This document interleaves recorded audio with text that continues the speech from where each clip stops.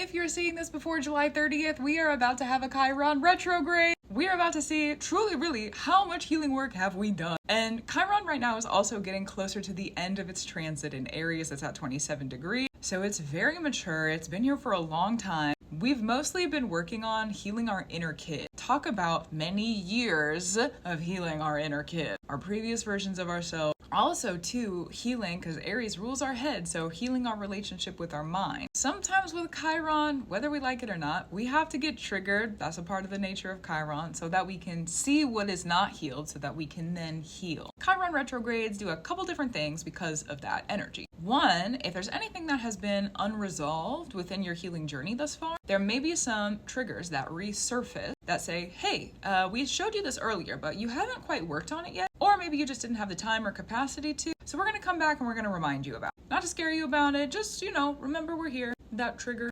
and let's work on it. Love you. Let's heal a little bit, So that could be a part of it. Another part of it is if you've done like a massive amount of healing work since Chiron went retrograde last time, and really like throughout Chiron in Aries, which was pre-COVID for perspective, okay? Chiron has been in Aries for a while. So if you've been doing a lot of healing work since then, and really over the previous like 6-ish months, you'll get to see what the rewards of that work have been. I also want to give the perspective that while Chiron was in Aries, we, in the previous couple of eclipse seasons, so about a year and a half, and the influence of that North Node in Aries, we've had Aries energy with the eclipses. So some of the healing that's been coming up for the previous couple of years has been really, really long term. And we are about to be totally and completely phased out of that Aries influence with the eclipses in the upcoming eclipse season. Currently, we're still transitioning from the previous eclipse in Aries in March, so we will feel just a little bit of residual residue from that, meaning like really big picture healing work, really, really long-term inner child, maybe like stuff that's been around for a lot of different chapters also. And because this Chiron retrograde has Saturn and Neptune both retrograding in Aries as well, we can expect to see very detailed, the good, the bad, the neutral, not the ugly, okay? If there's ugly that comes up,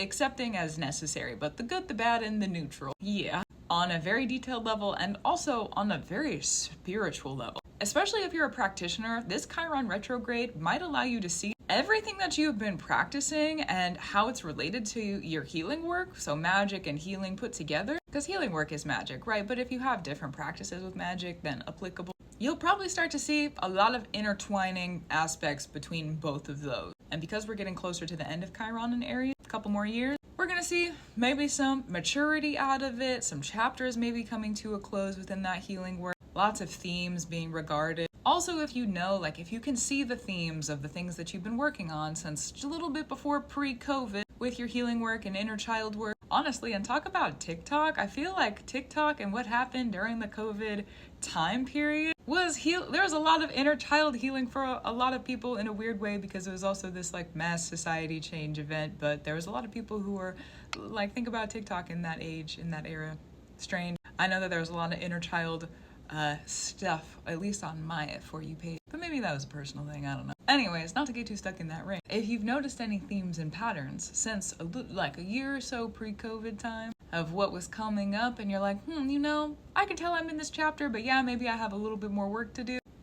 Okay, well, good for you. Good for you for being able to recognize it, and definitely enjoy this Chiron retrograde, because Saturn and Neptune are going back into Pisces for part of this Chiron retrograde, which means that we're not going to have a lot of stuff going on in Aries after that happens. September 1st is when Saturn re-enters Pisces. December 10th is when Neptune re-enters Pisces. And then Chiron goes direct on January 2nd of 2026. So this will be our final Chiron retrograde, where we have only a little bit of Saturn and Neptune in it. Next year, that retrograde, we will have Saturn and Neptune in Aries the entire time. So I guess just enjoy not having the father figure and the son of that father figure, Saturn and Neptune, the hierarchies and the spirituality and the transitions and the really, really regimented militant order and how those things go together. Oh my goodness. We're not going to have all of that in Aries for this Chiron retrograde. But next year, there's going to be a little bit of gas in the pedal. So, pedal to the metal.